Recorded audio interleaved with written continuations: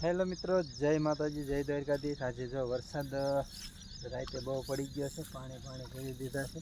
જો તમે લોકેશન જો બધા પાણી છે, પણ આખું ભરી ગયું છે પાણીનું, ચાલો સેલ થઈ ગયું છે અને ફૂલ પાણી છે, તો બહુ આવી ગયું છે પાણી અત્યારે। જો પાણી જો તમે આમાં કેટલું બધું પાણી છે।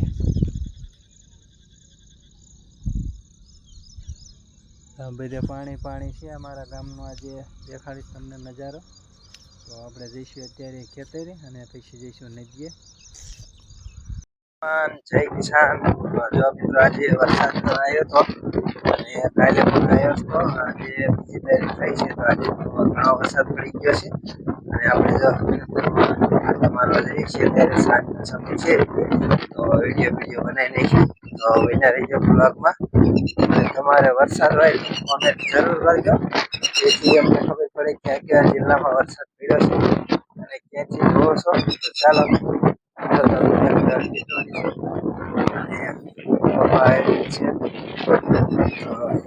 નાનો મોટો છે પેલામાં બે પાણ પાયા હતા, જાહેર છે થોડી, તો બે પાણ પાયા હતા અને પછી નાખી નાખ્યું હતું અને નવો કંઈક કપા છે અને બીજો કપા ઉપર છે એ નાનો છે, તો એમાં તો બે પાણ પાયા હતા અને વરસાદ આવી ગયો છે ઉપર, તો ઊંડવાનું બાકી હતા અને તો બે વાર ઢૂંઢી નહીં જતો કરીને વેલો।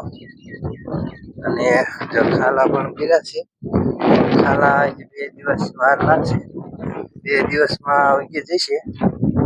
તો જો આવી રીત છે કંઈક, અને આપણે જેવી છે તે પવન પણ છે, પણ માયક બેઠેલું છે કે માયક છે, તો માયકનો અવાજ સારો સંભળાતો હોય છે તમને।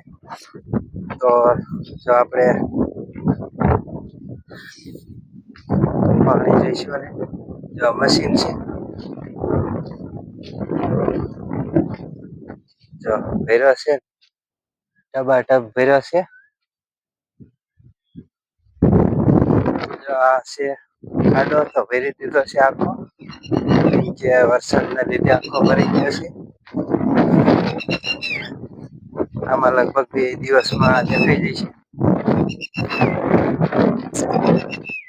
જો સામે ટીટોળી છે, દરજ બોલે છે, બચ્ચા થઈ ગયા છે, 3 બચ્ચા છે। આ ખાડો છે દેખાડતા, જો ભર્યો છે ને, તો આમાંથી પણ પાણી નીકળી જાય છે અને પાણીનો સંગ્રહ પણ આમાં જ કરવી છે। તો જે વરસાદનું આપણા ખેતરનું આવે પાણી, બધું આમાં વયું આવે, બીજું બજારમાં નીકળી જાય છે અને વધારે તો આમાં ભર્યું રહે છે, તો સંગ્રહ થઈ જાય ને પાણી પછી પાછું આપણે આપી દેવાનું કપાસમાં। તો એવું છે, અને ખેતર જો આપણું લેવલિંગ કરાયેલું છે અને ખાડો હજી ભાંગી નથી, ભાંગવાની છે। સામે જો સામે શેઢો છે લાંબો, આમાં પણ હાંકવાનું હતું, પણ દીદી હાંકવા વહી ગયા હતા એટલે હાંકવાનું નથી, અને પાયેલું હતું એટલે લીલું હોય એટલે હાંકવાનું ન હોય, તો ખડ પણ થઈ ગયા છે। તો ગાયો માટે ચારો થઈ જશે, જે જાહેર વાવવાની બાકી છે બધું વાવી દઈશું। અને જો લોકેશન જો તમે, આવું લોકેશન તમને ક્યાંય જોવા નહીં મળે। આ છે આપણે ગામડાનું જીવન, જે પ્રાકૃતિક ખેતી અને ગામડાનું જીવન, શુદ્ધ હવા, અને જો ઝાડી પણ ઘણી હોય છે બધાના ખેતર આ ગામ છે આપણું। જો ઝૂમ કરીને બતાવું, જો આ ડોઈસ રહી ને એ રામજી મંદિરનું શિખર છે, ઊંચામાં ઊંચું છે અત્યારે રામજી મંદિર શિખર છે, 1 કરોડના ખર્ચે બનાવેલું છે। તો 1 કરોડ રૂપિયાના ખર્ચે બનાવેલું છે ને ડોઈસ, ગામ ડોઈસ છે અત્યારે। જો આપણે ખેડૂતનો કપાસ છે, અને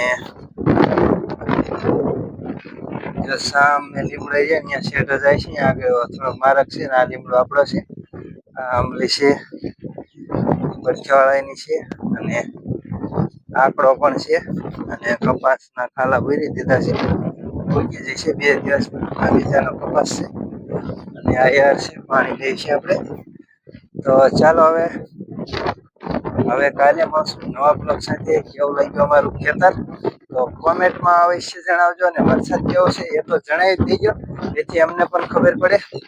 તો ચાલો હવે કાલે મળશું નવા બ્લોગ સાથે. Bye bye.